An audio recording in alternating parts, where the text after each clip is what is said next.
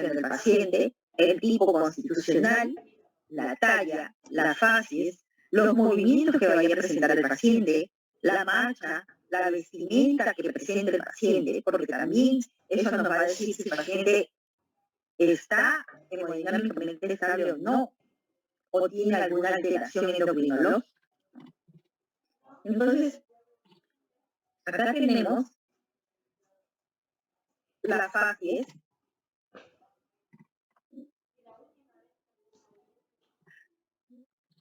En las fases, ¿qué es la fase?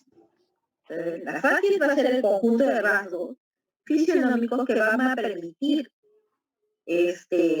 dar una impresión y a su vez permitirnos razonar reconociendo ciertos rasgos de determinadas enfermedades. Entonces, por decir, en estas fases, ¿qué es lo que ustedes observan? Para ver, chicos, ¿alguno de ustedes me puede decir qué es lo que observa? La exoftalmia, doctora, como de hipertiroidismo. Muy bien, ¿no? La exoftalmia que podría deberse a un hipertiroidismo. ¿Qué más? Para ver en esta fase, ¿qué es lo que observamos? ¿Qué es lo que podemos observar? ¿Qué es lo que nos llama la atención en esta fase? ¿Para chicos?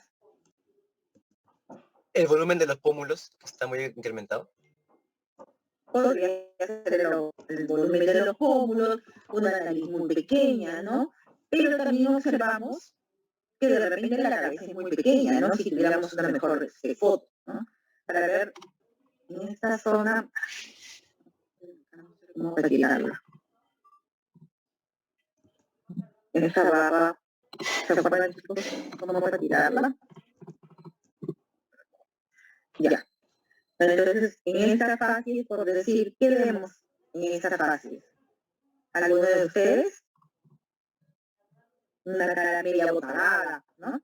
En estas fases vemos un poco de rubicundez, tanto malar, podría ser cianosis, también podría ser un poco de rubicundez, no se determina muy bien porque la foto no está muy bien, pero esos son los datos característicos que nos puede dar lo que observamos en la cara del paciente, ¿no? Muy bien, lo que tenemos que tener en cuenta en la fase de edad, el color, si tiene una fase dolorosa, el estado de ánimo del paciente, si está alegre, está triste, ¿no? El estado de hidratación del paciente. Y acá tenemos algunos ejemplos de una fase, ¿no? Tenemos acá lo que sería la fase nitrálica, donde vamos a observar tanto los pómulos como la pirámide nasal cianótica, ¿no?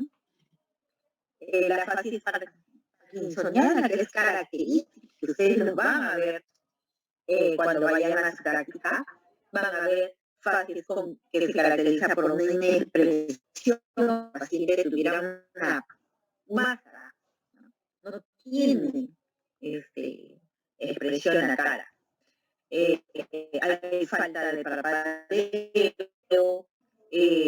no tiene mímica, y mayormente tiene bastante cianorrea, tiene una piel muy lustrosa debido a la cantidad excesiva de grasa, y la boca un poco entreabierta y presenta muchas veces cianorrea, ¿ya? La hipomimia, que es característica, ¿no? La fase sin máscara, que es anteriormente. La fase del síndrome de Horner, donde vamos a observar que la disminución a comparación del otro ojo, vamos a ver que va a haber parálisis y vamos a ver qué más observan ustedes. ¿Qué más ven, chicos? Miosis. Miosis, ¿no? Anisocoria. Anisocoria. A la anisocoria y tiende a la miosis justo en la zona afectada, ¿no? A veces la conjuntiva puede estar congestionada. La fase de la parálisis facial periférica, que es característica, ¿no? Característica, ¿qué es lo que vamos a ver? ¿Qué es lo que se va a ver? Una hemiatrofia facial de la zona que está paralizada, hay pérdida de las arrugas en la frente, ¿no? hay aumento de la hendidura palpebral porque no se puede cerrar el párpado, queda paralizado. La epífora, ¿no? La epífora, desviación del ojo y de la comisura labial hacia arriba y hacia el lado contrario, que sí tiene la movilización, ¿no? Como se mueve, como se intenta en esta zona, jala la zona paralizada. Muy bien. La fase cíclica es característica, ¿no? La coloración amarillenta tanto en la piel de la cara como en las escleras. La fase es acromegálica, ¿no? Que observamos, ¿qué es lo que vamos a observar? Los ojos, ¿no? Grande desarrollo de la nariz, el maxilar inferior y los arcos superciliares, cigomáticos, la lengua, los labios, todo se ve mucho más grande. Las manos, las cejas pobladas, que mayormente se van a unir en la parte interna, las manos, que vamos a ver aumento, se engruesan, ¿no? Ese es en la acromegalia. La acromegalia, ¿en qué etapa de la vida se observa? En la adultez, doctora. Claro, cuando una vez que ya la persona dejó de crecer, ¿no? Ya no hay los centros de crecimiento y por lo tanto ya el crecimiento no va a ser longitudinal, sino va a comenzar a ser en grosor, ¿no? Entonces comienza a aumentar. La fase es hipertiroidea, donde va a haber una mirada fija, ¿no? El exoftalmo, la rigidez también en la expresión, porque el paciente no puede movilizar los ojos, ¿ya? Los cambios vasomotores, también ustedes van a ver característicamente que estos pacientes tienen una piel muy lustrosa. La fase cuchinoide, donde vamos a ver la cara en luna llena o abotagada, o una gran papada, el cuello de toro que le dicen, la cianosis en algunos casos, y lo característico, la piel delgada y las estrías cutáneas que parecen unos zarpazos. Lo característico, que mayormente se va a dar a raíz de las raíces o de la zona proximal de los miembros. La fase febril se va a caracterizar por presentar ojos brillantes y los pómulos rubicundos, la cara pálida. La fase es la trisomía 21, característica que todos nosotros conocemos, donde se va a ver de que los ojos van a estar un poco oblicuos, va a haber microcefalia del paciente, puede presentar labios grandes, la parlosia característica, el hiperterorismo, ¿no? Mayor separación de los ojos y el canto. Y la fase dolorosa, ¿quién no ha visto una fase dolorosa, ¿no? Donde el paciente va a presentar ya esos rasgos donde se desencaja, una mirada vaga, una hipotonía, en algunos casos se puede presentar dessudoración, el ceño mayormente va a estar fruncido, tiene como una fase de angustia y el paciente, si nosotros observamos detenidamente, vamos a ver de que las pupilas se vuelven midriáticas, ¿no? Aumentan su diámetro.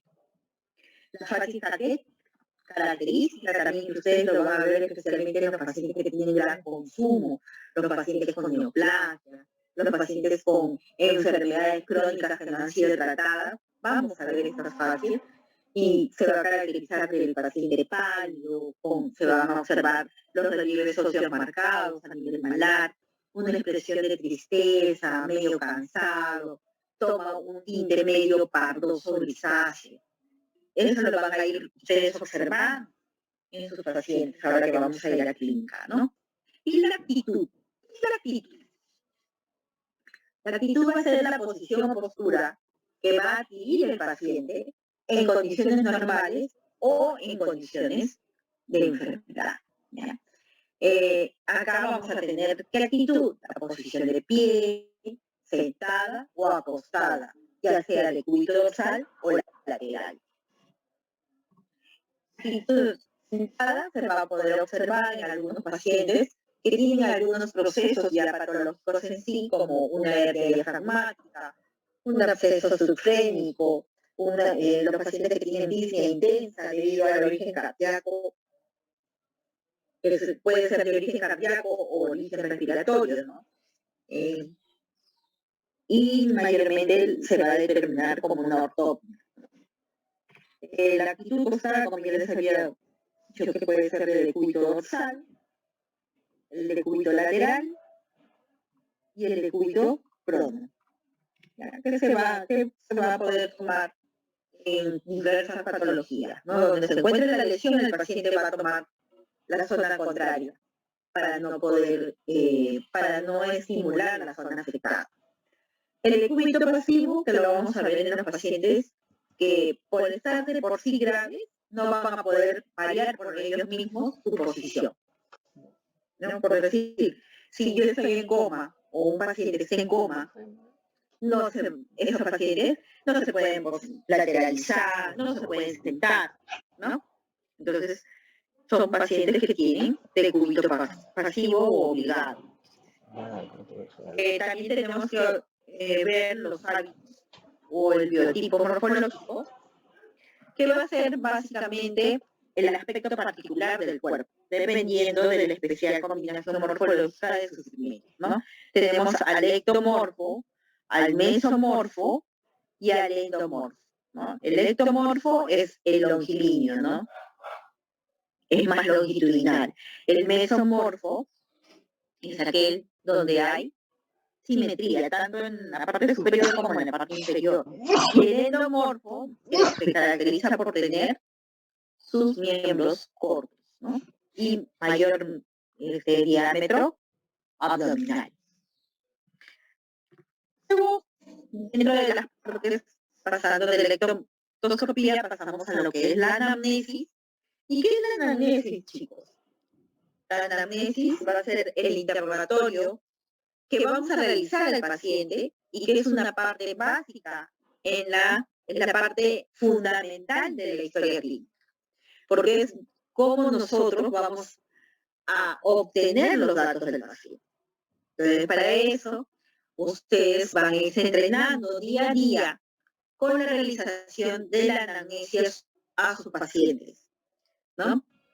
Entonces, para realizar una adecuada anamnesis, en primer lugar, nosotros debemos ser ordenados, debemos contar con nuestro formato de historia clínica que vayamos a usar.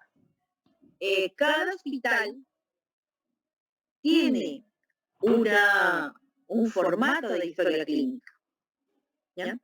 Y se va a desarrollar mucho más dependiendo de la especialidad o el segmento en el que se vaya a estar rotando.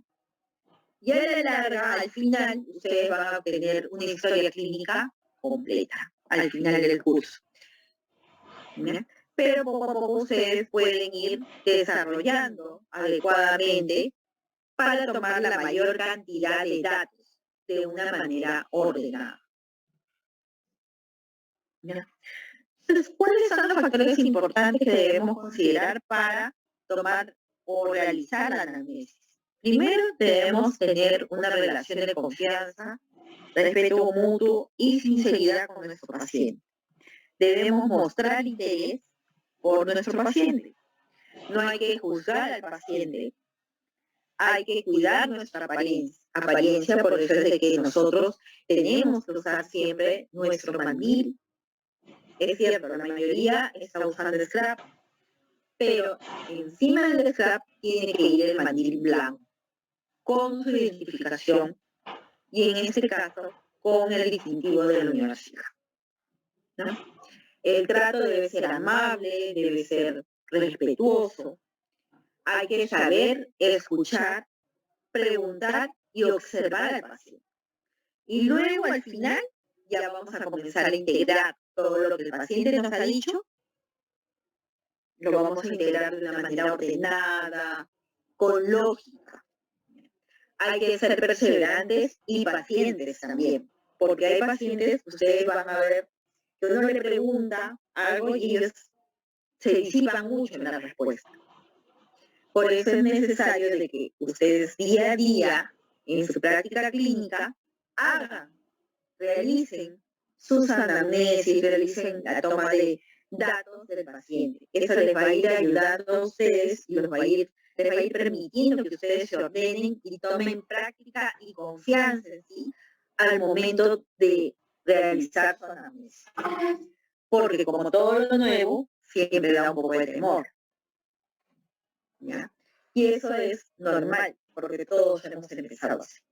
No hay ninguna persona, ningún colega que haya empezado su práctica clínica y realizando una anamnesis de una manera perfecta. Todos vamos adquiriendo las destrezas a lo largo de nuestra carrera, desde el primer contacto con el paciente.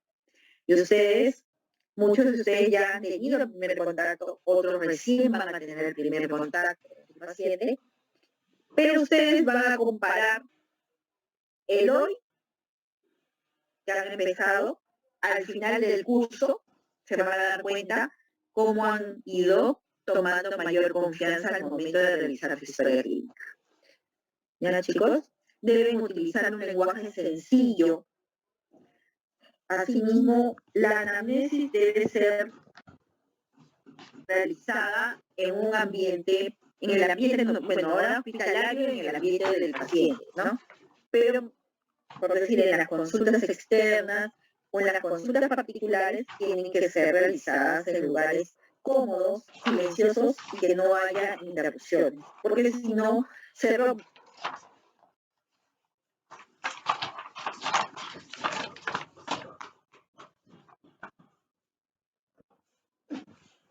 Yendo desde lo más general hasta lo más específico. Hay diferentes tipos de anamnesis y tenemos la directa, donde nosotros vamos a interrogar al paciente. La forma indirecta, donde vamos a obtener los datos a través de los familiares o personas cercanas. Por decir, ¿en qué caso yo voy a hacer una anamnesis indirecta? Cuando voy a historiar a un niño, ¿no? A un lactante, a un bebé, a un infante, a un adulto mayor por decir que tenga Alzheimer, ¿no? Que tenga demencia. Tengo que hacer una anamnesis mixta, una anamnesis indirecta. A un paciente que le encuentran en su casa con trastorno sensorio también, yo no le voy a hacer la anamnesis a él, tengo que hacerle a su familiar. ¿Cuáles son las partes de la anamnesis? Vamos a tener la afiliación, el perfil del paciente, y en la afiliación, ¿qué es lo que nosotros vamos a tomar en cuenta? ¿Para chicos, algunos de ustedes? El nombre, también su edad. Muy bien, nombre, edad, la raza, la religión, ¿no? La ocupación, la fecha de nacimiento, ¿no? El perfil del paciente, la molestia principal, la enfermedad actual, los antecedentes patológicos, los antecedentes familiares y la revisión anamnésica por regiones y sistemas. Debemos tener en cuenta algo que Corner decía, ¿no? Una buena anamnesis representa la mitad del diagnóstico. Ustedes hacen una buena anamnesis, una buena recogida de datos o toma de datos y van a ver de que tranquilamente, junto con el examen físico que va a continuar, van a poder plantear adecuadamente un diagnóstico preventivo. Muy bien.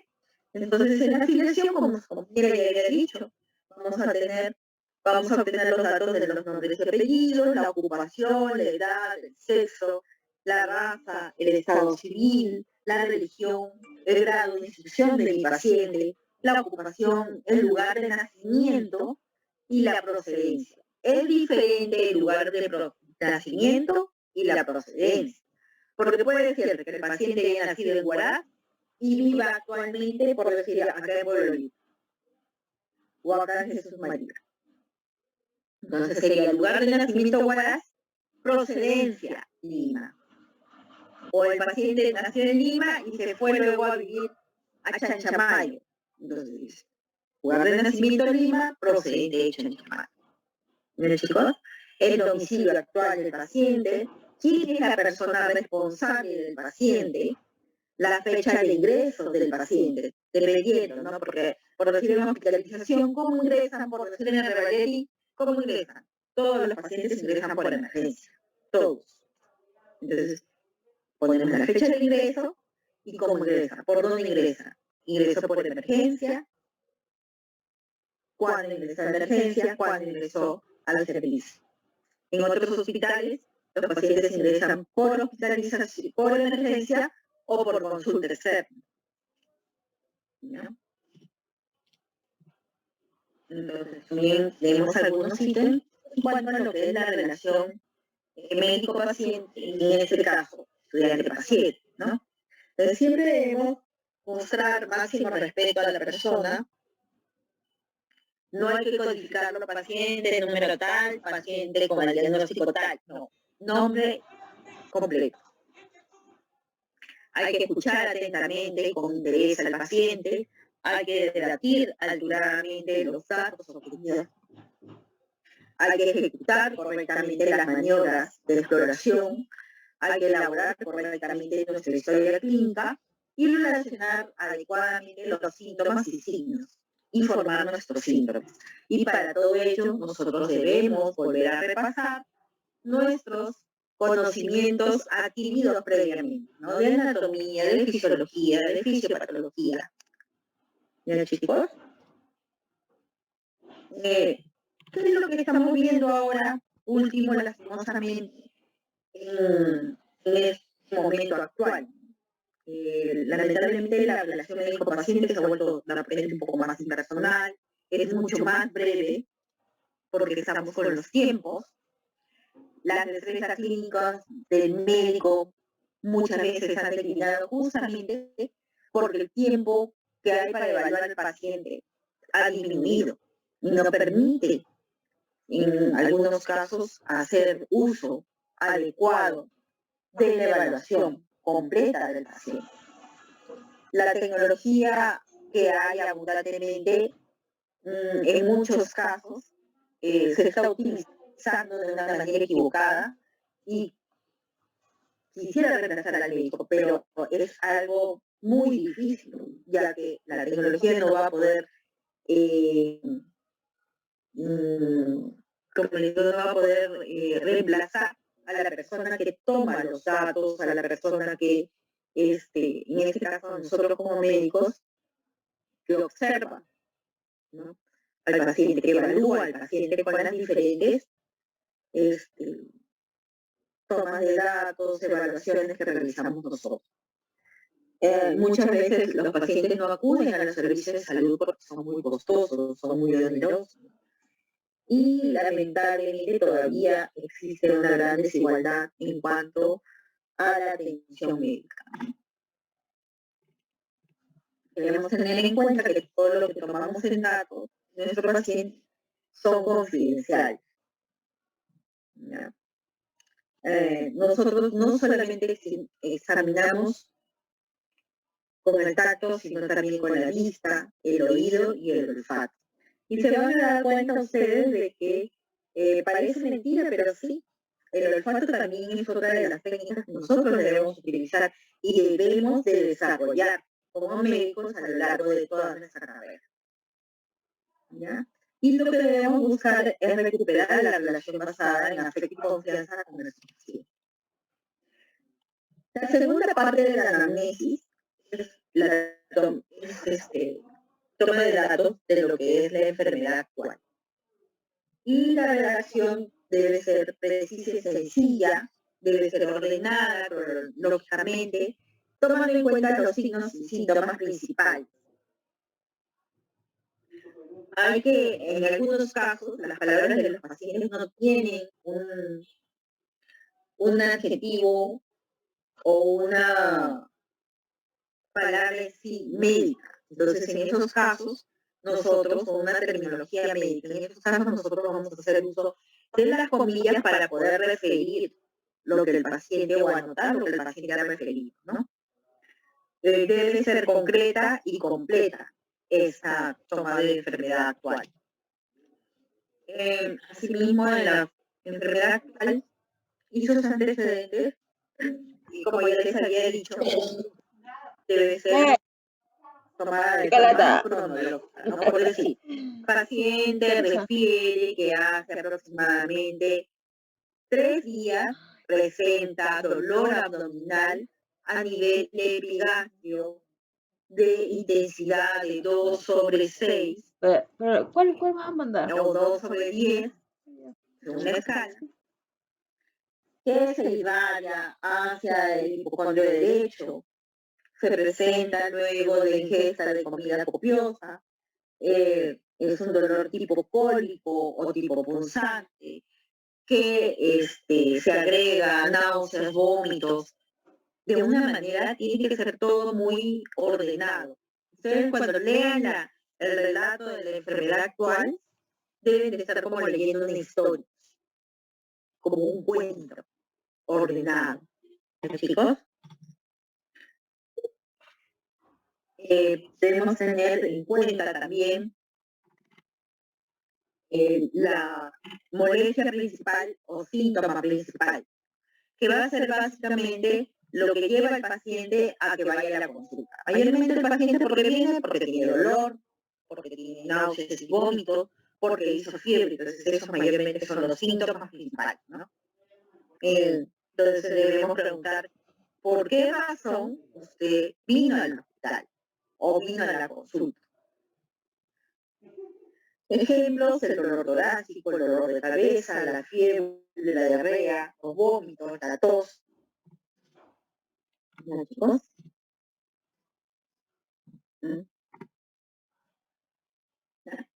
Muy bien. ¿Y cuáles son las preguntas que nosotros vamos a realizar? ¿Qué? ¿Por qué razón vino? ¿Cómo? ¿Cuándo? ¿Cómo apareció el dolor? ¿Cuándo empezó a sentirse mal? ¿Cómo empezó la molestia o la enfermedad? ¿Qué síntomas presentó? ¿Cómo fue evolucionando el síntoma? Si fue la primera vez que lo presentó o ya lo había presentado anteriormente. ¿A qué atribuye su enfermedad? ¿Qué precedió a la enfermedad? Si realizó alguna consulta médica anteriormente, si le han realizado exámenes, si ha tenido diagnósticos previos, qué tratamiento recibió y qué es lo que le ha provocado la enfermedad, ¿no? Por la molestia. Y la enfermedad actual también tiene partes, donde vamos a consignar el tiempo de enfermedad, ya sean días, semanas, años, meses, desde que inicia el síntoma, la forma de inicio, si fue súbito o gradual, y el curso, si fue progresivo o episódico. En las partes tenemos que hay enfermedad activa, como son pacientes que tienen diabetes mellitus, pacientes con hipertensión arterial, pacientes que tienen asma, insuficiencia cardíaca. Esos pacientes tienen enfermedad activa, ¿no? En actividad, ¿no? Porque no, me diagnosticaron hipertensión arterial hace 5 años y ya no tengo, no, porque es una enfermedad crónica, ¿no? El relato cronológico de los síntomas, cómo apareció, la intensidad, la ubicación, hacia dónde varió, y las funciones biológicas, ¿no? Funciones biológicas que son el apetito, la sed, las deposiciones, la diuresis, el sueño, los cambios de peso, que debemos tener en cuenta en cuanto a ver en qué momento se presenta, ¿no? Tienen que ustedes tomar las funciones biológicas basales, cómo estaban antes de la sintomatología y cómo están actualmente que presentan la enfermedad. ¿Ya, chicos? Hay un ejemplo, las funciones biológicas, por decir, hiporesia, sed aumentada, deposiciones del hábito defecatorio era normal una vez al día, formada, ¿no? Diuresis 500 mililitros por día, de color amarillento, el peso está normal en 68 kilogramos, y refiere a una disminución de 3 kilogramos. Hay un sueño disminuido. Son ejemplos. Y las ampliaciones de la anamnesis, donde vamos a obtener datos si el paciente presenta dolor de cabeza, mareos, entumecimientos, si usa lentes, si hay aumento de volumen de los párpados, si hay sordera, tupidez nasal, dolor de garganta, si presenta dolor en el cuello, si hay alguna escrófula, si hay tiroides palpable, si hay presenta dolor de espalda, si hay dolor lumbar.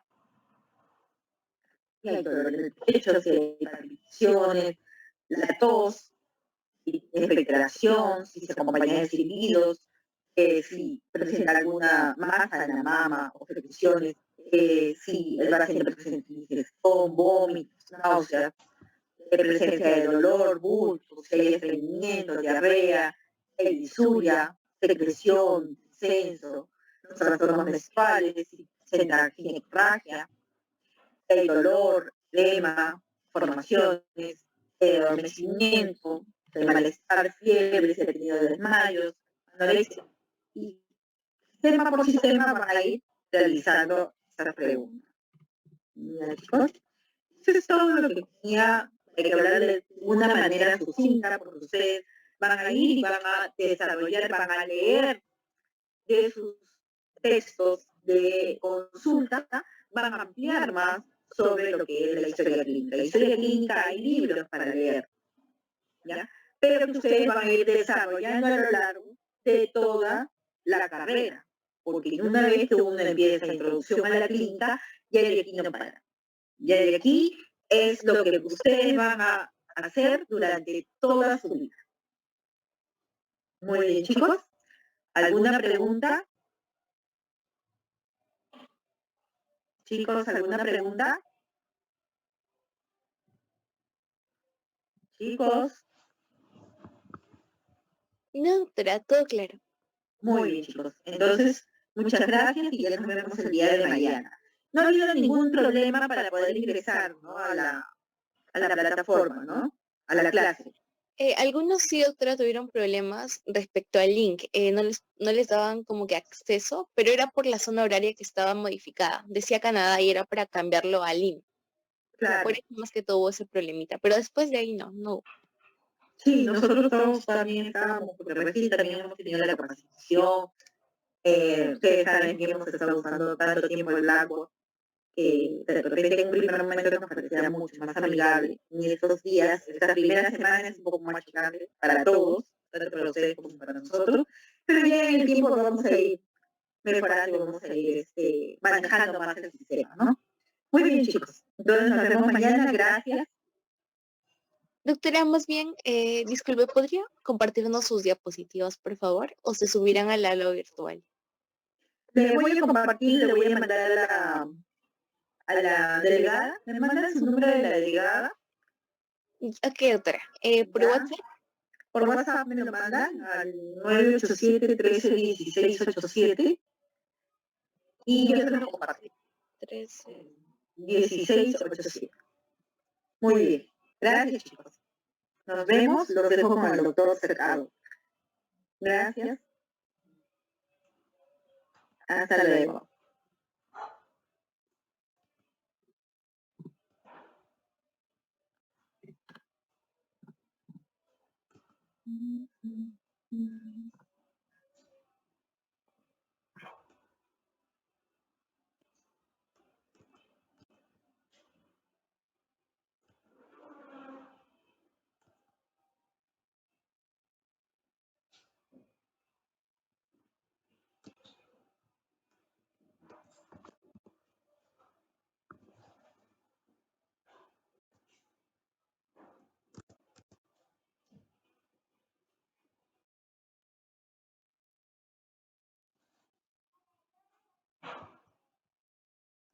Recording in progress.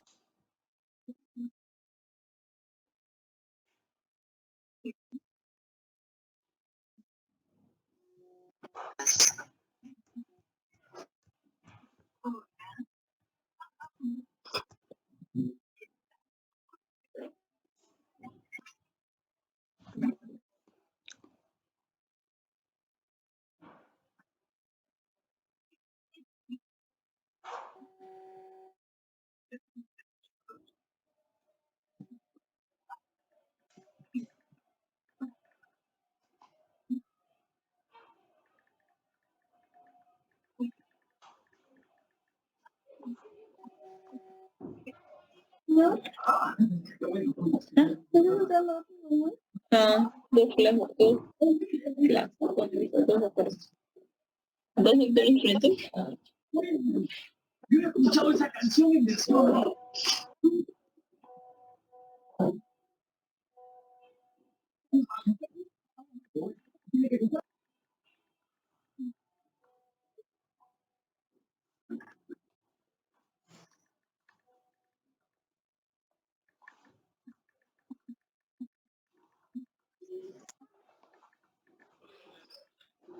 Buenas tardes. ¿A dónde? Buenas tardes, chicos. Buenas tardes, doctora. Buenas tardes, disculpe. Buenas tardes, doctora. Ricardo, buenas tardes. Muy bien, chicos. Entonces vamos a empezar. Bueno, soy la doctora Verónica Ángeles, soy médico internista del Hospital Rebagliati. Soy docente de la Universidad Ricardo Palma. Mismo soy magíster en docencia universitaria e investigación, pero que he desarrollado más la parte de docencia. Y bueno, trabajo en el 6º set de medicina interna del Hospital Rebagliati. El día de hoy vamos a hablar un poco sobre lo que es la introducción a la clínica y vamos a hablar sobre lo que es historia clínica, que es lo primero que todos ustedes deben conocer.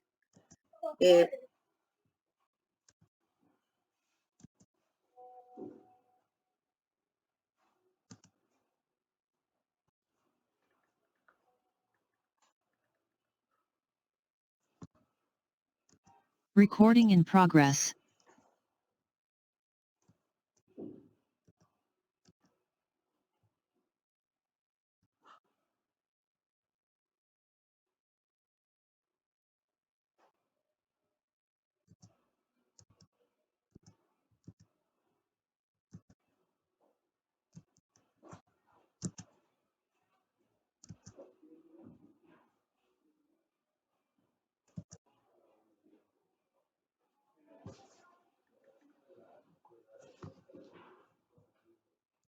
Recording in progress. Introducción a la clínica. ¿Qué es lo que nos va a permitir?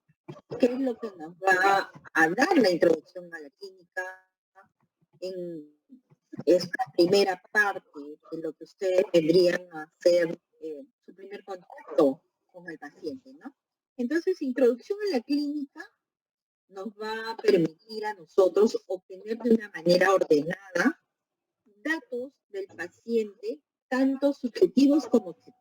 Y dentro de estos datos, los datos objetivos van a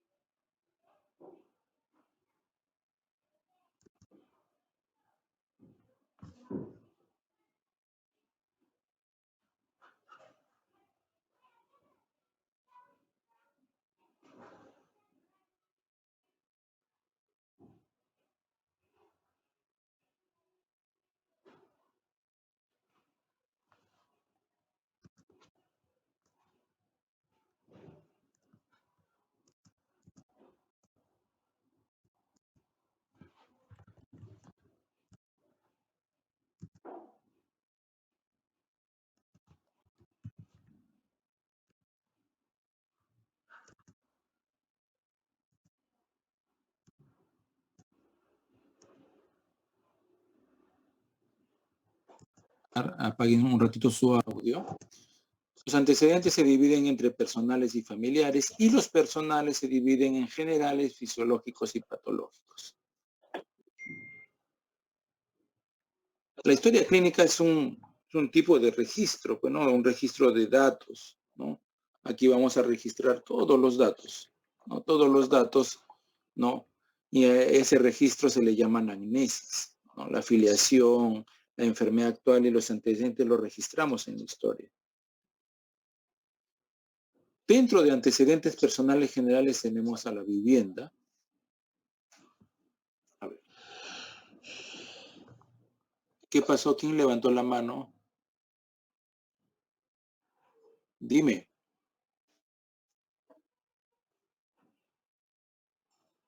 Dime. Dime o escríbelo, no sé. ¿Quién levantó la mano? ¿Me escuchan, chicos?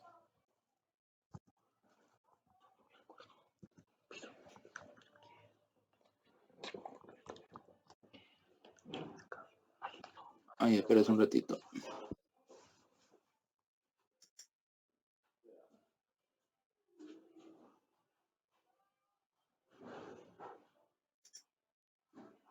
¿Ahora pueden activar sus micrófonos? Sí, doctor, Ahora sí sí, lo doctor. escuchamos. Sí, ahora sí. Sí, doctor, Ya. estamos muteados. Ya. Ahora sí vamos a empezar, ¿ya? De una vez. Ya, bueno.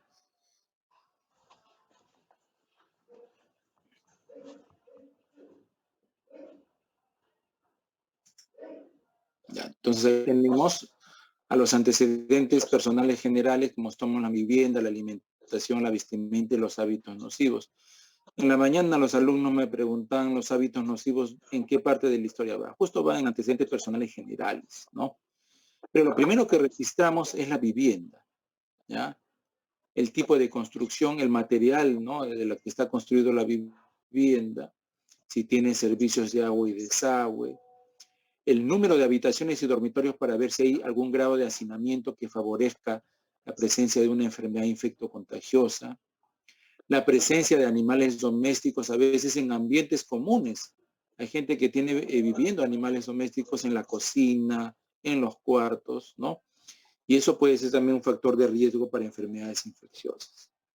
El tipo de alimentación, ¿no? Predominante, ¿no? Si es variado, ¿no? Si la persona es vegetariana, vegana, si tiene intolerancia a algún tipo de alimento o algún tipo de alergia de tipo alimentaria, todo eso hay que registrarlo, ¿ya? La vestimenta, si está de acuerdo con la estación, por ejemplo, si una persona estamos en verano, debe estar con ropa ligera. Pero si no guarda relación, puede estar en relación a alguna enfermedad. Por ejemplo, una persona hipertiroidea, ¿no? Una persona hipertiroidea e incluso en temporadas de invierno está totalmente descubierta, como si no sintiera frío. Y eso le puede llamar la atención a alguien, ¿no? Y decirnos que sí padece de alguna enfermedad. ¿Ya? Entonces, la vestimenta debe estar de acuerdo con la estación. Los hábitos nocivos también se registran aquí en antecedentes generales.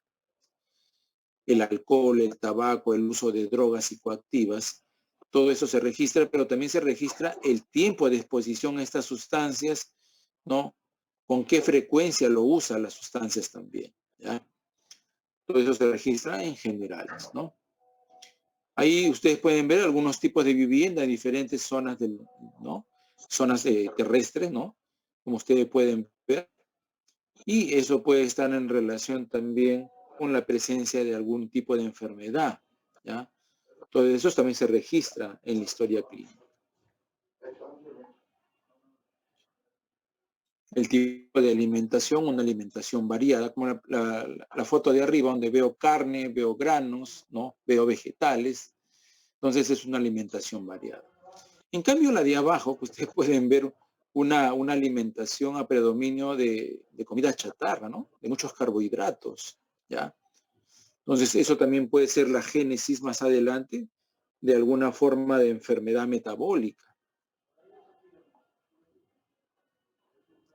Dos tipos de vestimenta. Arriba, la vestimenta típica de la zona de la selva y abajo de la costa, ¿no? ¿Sí? Pero recuerden, una de las importancias de la vestimenta no es prácticamente, sino que debe estar en relación, ¿no? En relación a la estación. Eso es importante. Y esta es la segunda parte de antecedentes personales generales. La situación económica de mi paciente, o sea, cuál es su ingreso familiar, cuál es la fuente de trabajo. Eso es importante, ¿no? No, muchas enfermedades infectocontagiosas están relacionadas muchas veces con esto, ¿no?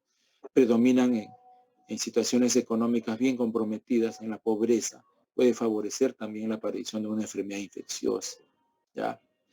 La parte psicosocial de mi paciente, ¿no? No solo sus variaciones psicológicas, su exposición al estrés, sino también sus concepciones y creencias, cuánto lo afecta sus concepciones y creencias religiosas, ¿ya? Residencias y ocupaciones anteriores es importante epidemiológicamente, ¿no? ¿Dónde está viviendo mi paciente, ¿no? En los últimos meses. Para enfermedades infecciosas nos interesa los últimos 6 meses, ¿no? Si ha estado viajando, por ejemplo, o ha estado viviendo en zonas endémicas.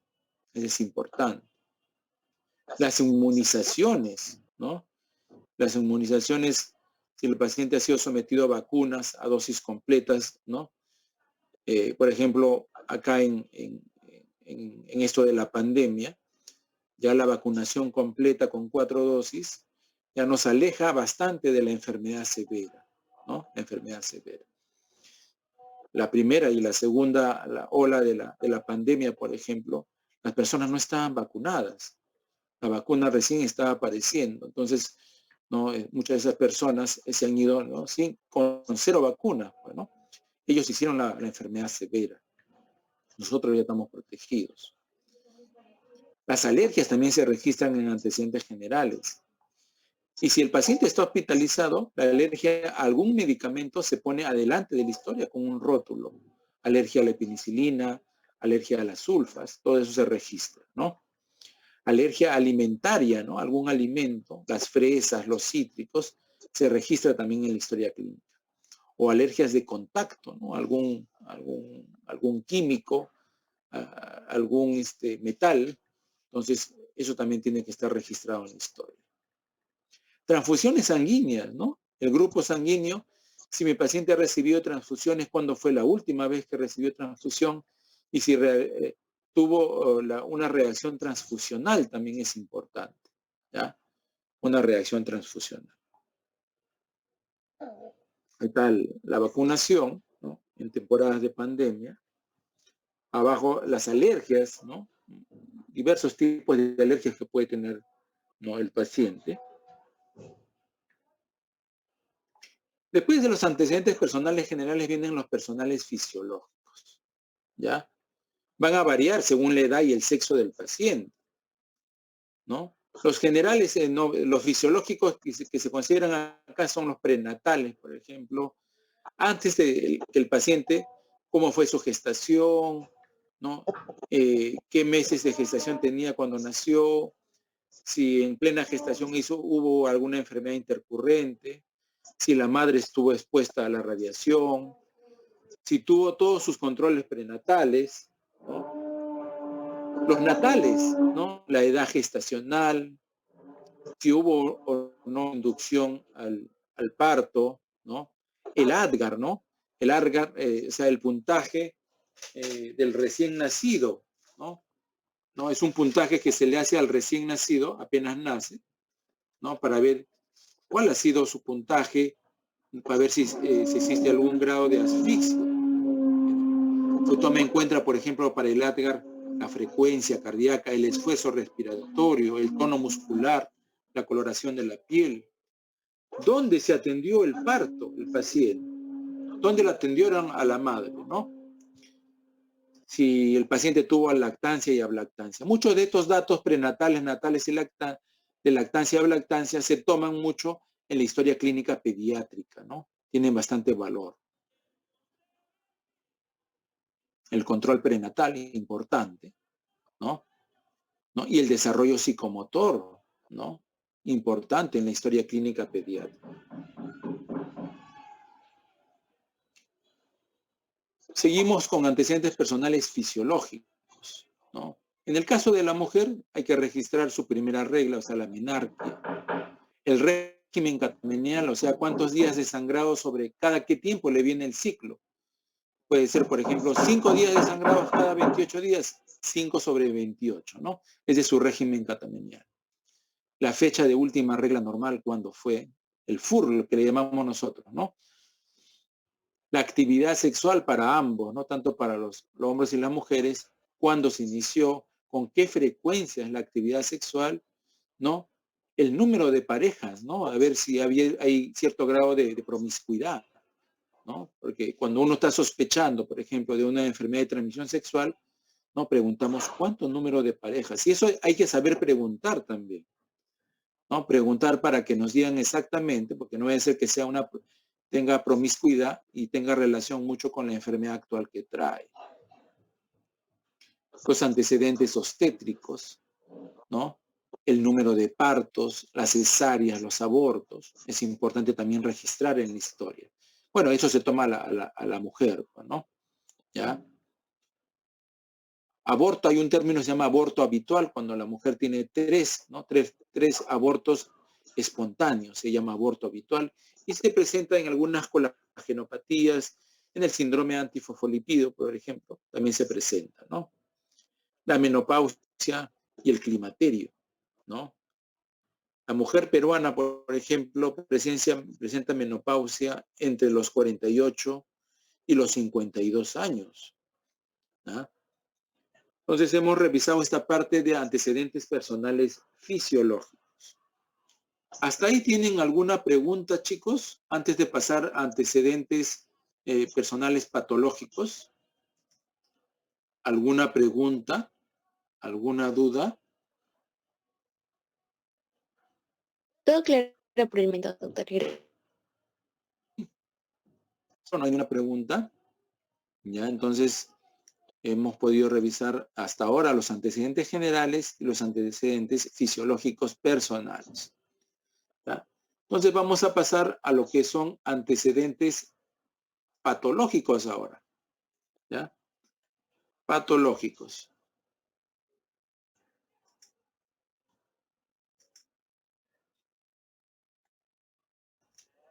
Bueno, ahí está bueno la menarquia, a veces la niña, ¿no? Recibe el consejo de la madre, la prepara para la primera menstruación, ¿no? El inicio de la actividad sexual en la foto de abajo, ¿no? Antecedentes personales patológicos. Ya, entonces, empieza desde la infancia, ¿no? ¿Qué eruptivas tuvo? Hay eruptivas de importancia, ¿no? Enfermedades en la adolescencia, en la juventud, en la adultez, como la hipertensión, la diabetes, la tuberculosis, tan frecuente en nuestro medio, la tuberculosis, ¿ya? Las enfermedades infecciosas, la brucela, la enfermedad de Carrión, ¿no? La fiebre tifoidea. Enfermedades autoinmunes tan frecuentes en las mujeres, ¿no? Hospitalizaciones anteriores, no debe ser que la persona ya tenga un diagnóstico y venga por el episodio de una misma enfermedad, ¿ya? ¿Dónde estuvo hospitalizado? ¿En qué lugar? ¿No? ¿Cuál fue su diagnóstico de alta? ¿Ya? Si fue sometido a algún tipo de cirugías, si ha tenido algún accidente y por ese accidente haber sido hospitalizado, si tiene alguna secuela de alguna enfermedad o alguna secuela neurológica. Todo eso hay que preguntar, ¿no? ¿No? El paciente sintomático respiratorio. Sintomático respiratorio lo llamamos al paciente que tiene tos productiva por más de 2 semanas, ¿no? Y tiene un riesgo alto de tener tuberculosis. En la foto de abajo, ¿no? Las cirugías previas, ¿ya? ¿A qué ha sido sometido previamente? No vaya a ser que venga por un episodio actual debido a una cirugía previa, ¿ya? Y terminamos con los llamados antecedentes familiares, ¿ya? Son los otros antecedentes que se registran. Ahora, por ejemplo, me preguntaban, doctor, los antecedentes familiares, ¿hasta dónde preguntar? Hay que preguntar, ¿no? Enfermedades de los padres, de la madre, del papá, la mamá, de los hermanos, de los abuelos, ¿ya? Esos familiares cercanos, básicamente, ¿no? Causa de muerte familiares, puede ser que varios hayan fallecido de cáncer, por ejemplo, ¿no? O quizás hay alguna enfermedad hereditaria en la familia. Y para eso es necesario hacer un árbol familiar, un árbol genealógico. Por ejemplo, esta enfermedad de la hemofilia es una enfermedad hereditaria. La diabetes tipo 2 es una enfermedad hereditaria, ¿no? Muchos miembros de la familia lo van a padecer, ¿ya? En familiares cercanos, en la cual se sospecha de una enfermedad contagiosa, también hay que rescatar esto de acá. Por ejemplo, en nuestra pandemia hemos aprendido, ¿no? Que cae uno en la familia con la enfermedad y ya puede contagiar a todo el resto de la familia. Por eso es importante los antecedentes en la familia, ¿no? Está la protección de la familia. Cuando hay un miembro de la familia expuesto, tiene que ser aislado, ¿no? Ser aislado. Por ejemplo, esto se cumple para las enfermedades infectocontagiosas, no solo para la enfermedad viral, ¿no? Para la enfermedad bacteriana o cualquier enfermedad sintomática. Se aísla a la persona para que no contagie a la familia.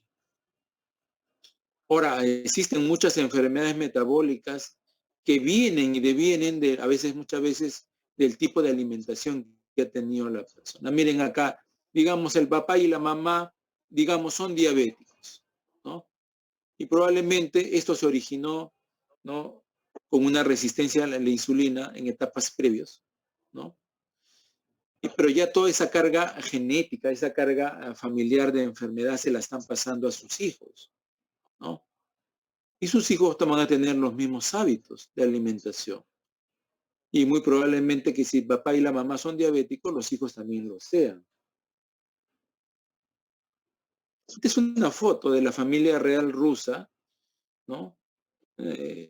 Una foto probablemente del año 1910, ¿no? Entonces se muestra en el centro, en oscuro, al zar Nicolás II, a su esposa y a sus hijos, ¿no? Y a sus hijas, tiene 4 hijas, y el príncipe, ¿no? El heredero al trono, ¿no? El zar, ¿no? El príncipe, el hijo del zar. El príncipe tenía hemofilia, ¿ya? La mamá lo tuvo, ¿ya? Y varias de las hijas también lo tenían como carga, pero no desarrollaban la enfermedad. En la hemofilia, solo el varón desarrolla la enfermedad y la mujer es portadora, ¿ya? Y esta enfermedad muchas veces aparece ya que muchas familias reales en el mundo, ¿no? No se mezclan, ¿no? Tratan de mezclarse solo, a veces con solo integrantes de la misma familia, ¿no? O a veces con personajes de la realeza. O sea, no hay un mestizaje genético, ¿no? Lo que hace que no tengan mucha defensa, ¿no?, ante alguna alteración genética, ¿no? Y, por ejemplo, la hemofilia es una de aquellas enfermedades que aparece a veces cuando no existe mucha variabilidad genética, ¿ya? Y el príncipe desarrolló esta enfermedad de la hemofilia, ¿no? Pero varios miembros de la realeza rusa y probablemente de la realeza en Europa también han padecido de esta enfermedad. Este es un esquema de cómo se hace un árbol genealógico, ¿no? ¿Ya? Ahí podemos ver a los pacientes en la parte de abajo, ¿no? Los afectados en ese color medio celeste, ¿ya?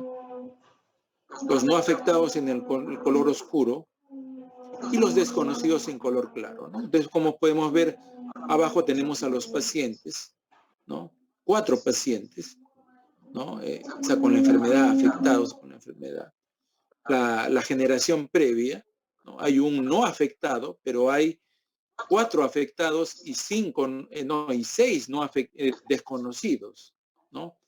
Y la generación anterior tenemos 1 de cada uno, al igual que la generación previa, ¿no? Entonces, mire, acá podemos, cuando detectamos una enfermedad hereditaria, ¿no?, lo que corresponde es hacerle ¿cómo se llama?, un árbol genealógico, ¿ya?, para ver qué miembros de la familia han tenido la enfermedad, ¿no? Y esto hay que regresarnos hasta los abuelos y probablemente a los tíos maternos, a los tíos paternos también, ¿no?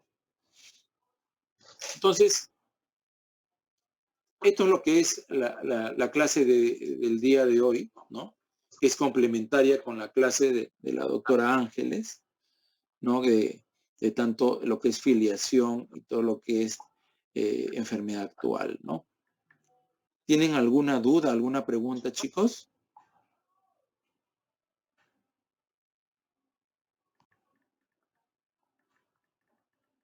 Chicos, ¿alguna duda, alguna pregunta? Doctor, una consulta. Con respecto a la cantidad de parejas sexuales es desde que inició su vida activa sexual, ¿no? Claro, una cosa es parejas sexuales y otra es número de parejas actuales. ¿Ya? Con ese término actuales, porque puede ser que sea una persona promiscua, y que tenga relación, por ejemplo, con 3 o 4 personas, ¿ya? Por eso, para evitar esa confusión, porque una persona puede haber tenido 3 parejas, pero en diferente tiempo. Y otra cosa es que tú pongas actuales en el momento, ¿no? Eso ya lo pones entre paréntesis, pones actual. Número de parejas, y te dice 3, y si son actuales, las 3 en el mismo momento se pone actual. Pero este es un factor de riesgo. Es una persona que tenga 3 parejas, por ejemplo, actuales en el momento, con las que tiene relaciones, es una persona promiscua. Es una persona que está en riesgo alto de tener enfermedad de transmisión sexual, de tener VIH. ¿Alguna otra pregunta, chicos?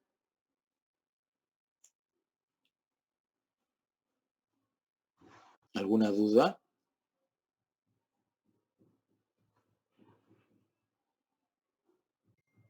Todo claro, doctor. Gracias.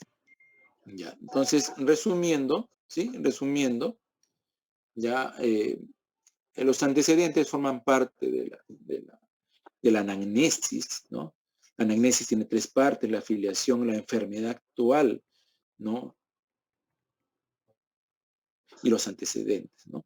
Los antecedentes pueden ser de la persona o pueden ser de la familia, ¿ya? Y cuando son de la persona pueden ser generales, pueden ser fisiológicos y pueden ser patológicos. En patológicos me olvidé decirle cuando el paciente tiene antecedente de una hospitalización previa o tiene el diagnóstico previo ya, por ejemplo, es hipertenso. No solo basta poner que tiene hipertensión desde hace 5 años o de hace 6 años, sino qué medicación toma, ¿ya? Y si esta medicación lo está controlando la presión también. Eso es importante, porque, por ejemplo, ustedes pueden tener un paciente que me digan que es hipertenso, sí, doctor, yo tengo diagnóstico de hipertensión hace 1 año, pero no tomo ningún medicamento porque ya me siento bien. Todo eso tiene que ser registrado en la historia, ¿no? Caso parecido con los pacientes que ya han tenido tuberculosis, hay que preguntar, ¿no? Si recibió los 6 meses de tratamiento, ¿sí? Si sus pruebas salieron negativas al final del tratamiento, pareció al BK de esputo, a la radiografía de tórax, ¿no? Entonces, no solo es poner el antecedente patológico que ha tenido, sino también la medicación que ha tenido, ¿ya? Es importante.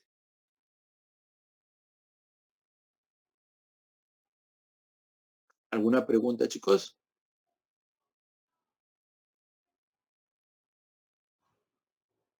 Bueno, esa ha sido la clase del día de hoy, chicos, en cuanto a antecedentes personales y familiares, ¿no? Conmigo ya nos vemos el 1 de septiembre con la clase de síndrome anémico. ¿Ya, chicos? Nos estamos viendo entonces. Sí, doctor, muchas gracias. Más bien, doctor, disculpe, ¿podría compartirnos sus diapositivas, por favor, debido a que no hay grabación? Le paso a la delegada general y ella ya les comparte. Ok, doctor, gracias. Ok.